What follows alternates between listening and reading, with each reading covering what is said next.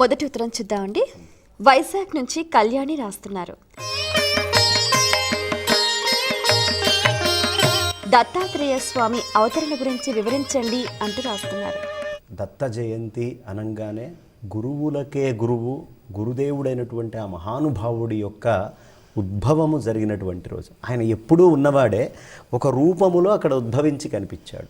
దదానం అని ఎంత చక్కగా చూడము, అక్కడ మాలాం కుండీం డమరుం శంఖం చక్రం సుదర్శనం. ఏమి చూపిస్తున్నారు అంటే బ్రహ్మదేవుడికి ఉండేటటువంటి ఆ చక్కటి ఆయన చేతిలో ఉండేటటువంటివి మాల, కుండి, ఈ రెండు ఉంటాయి కమండలం. తర్వాత ఢమరము, శంఖము, ఈ రెండు శూలము ఎవరి దగ్గర ఉంటాయి? పరమేశ్వరుడి దగ్గర. శంఖము, సుదర్శనము సాక్షాత్తు విష్ణుమూర్తి దగ్గర. ఈ ముగ్గురి కంటే అతీతుడు కాదు అని చెప్తూ మాలాం కుండీంచ ఢమరం దధానం భక్తవరదం అని, ఆ దధానం భక్తవరదం దత్తాత్రేయం నమామ్యహం అని చెప్తారు. ఆ దత్తాత్రేయుడు అంతటి మహానుభావుడు, ఇలా కోరినంత మాత్రానే వరాలను ఇస్తాడు. అలాంటి మహత్తరమైన అవతారము ఉద్భవించినటువంటి రోజు ఇవాల్టి రోజు. ఇవాళ చాలా విశేషము, ప్రత్యేకత ఏమిటి అంటే ఆయనని ఉద్భవింపచేయడం కోసం చాలా గొప్ప తపస్సునే ఆచరించారు.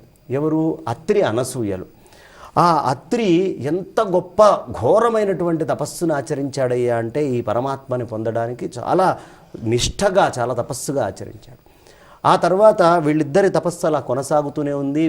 వీరింటికి ఆ స్వామి వస్తాడు అనే నమ్మకం కలిగిన తర్వాత ఒకానొక సందర్భంలో బ్రహ్మ విష్ణు మహేశ్వరులు ముగ్గురితోటి కూడా పాతివ్రత్య విషయం ఒకటి వచ్చినప్పుడు లక్ష్మీ అమ్మవారు, సరస్వతి అమ్మవారు, సాక్షాత్తు మహాకాళి పార్వతి అమ్మవారు ముగ్గురు కూడా పాతివ్రత్య మహాత్మ్యాన్ని చెప్తున్నప్పుడు ఆవిడ గొప్ప పతివ్రత అని చెప్పడం జరిగింది నారద మునీంద్రుల వారు. చెప్పినప్పుడు ఈవిడ్ని పరీక్షించాలి అని ఆ ముగ్గురు భర్తల్ని ప్రేరేపించేటప్పటికి ముగ్గురు ఆ అనసూయ అమ్మవారి దగ్గరికి వెళ్ళడము. ఆ అనసూయ అమ్మవారిని ఈ ఇంట్లో అత్రి లేనప్పుడు మాకు ఆహారం కావాలి అని అడిగారు. ఇంటికి ఎవరైనా అతిథి వస్తే పతివ్రతామ తల్లి ఏం చేస్తుంది? ముందు అన్నం పెడుతుంది.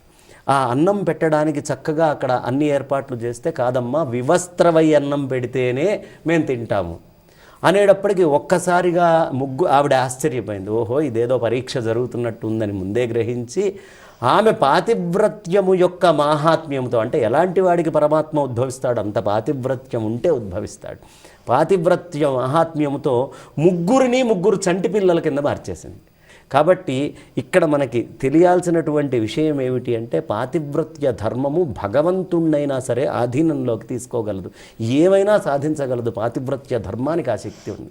కాబట్టి ఆ చక్కగా 3 రూపాల్లో తీసుకుంటే పతులు ఎంతకాలానికి రాకపోయేటప్పటికీ ఈ ముగ్గురు ప్రార్థన చేయగా, సరే ఈ ముగ్గురు నాకు ఇట్లా సంతానంగా పుడతాను అని మాట ఇస్తే నేను మళ్ళీ వీళ్ళకి పూర్వరూపం ఇస్తాను అని చెప్పింది ఆ తల్లి. అనేటప్పటికీ అనుగ్రహించారు. అప్పుడు ఆ పూర్వరూపం అనేది రావటం జరిగింది. ఆ సందర్భంలో అత్రి మహామునికి దత్తత వచ్చాడు కాబట్టి దత్తాత్రేయుడు అనేటటువంటి నామము. ఆ తర్వాత ఇంకొక తపస్సుని ఆచరించడం వల్ల ఈ బ్రహ్మ విష్ణు మహేశ్వరులు ముగ్గురు 3 రూపాల్లో పుట్టారని కూడా ఉంది. ఒక ఆయన చంద్రుడు, ఒక ఆయన దూర్వాసో మహర్షి, ఇంకొక ఆయన దత్తాత్రేయ స్వామి వారు. ఈ రూపం కూడా చెప్పడం జరుగుతుంది. ఏదైనా బ్రహ్మ విష్ణు మహేశ్వరుల యొక్క కలయిక. అందుకనే మనం గురువు గురించి చేసేటటువంటి స్తోత్రము ప్రతి ఒక్క పిల్లవాడికి తెలిసినటువంటి స్తోత్రం దత్త స్తోత్రమే. గురుర్ బ్రహ్మ గురుర్ విష్ణు గురుదేవో మహేశ్వర గురు సాక్షాత్ పరం బ్రహ్మ తస్మై శ్రీ గురవే నమః అని మనం అంటాం కదా. ఇది కేవలం దత్తాత్రేయ స్వామికి చెందినటువంటిదే. అందుకనే మాలాం కుండీంచ ఢమరం శంఖం చక్రం సుదర్శనం అనే పదం 3 తీసుకొని ఆయుధాలను చూపించారు. దదానం భక్తవరదం దత్తాత్రేయం నమామ్యహం.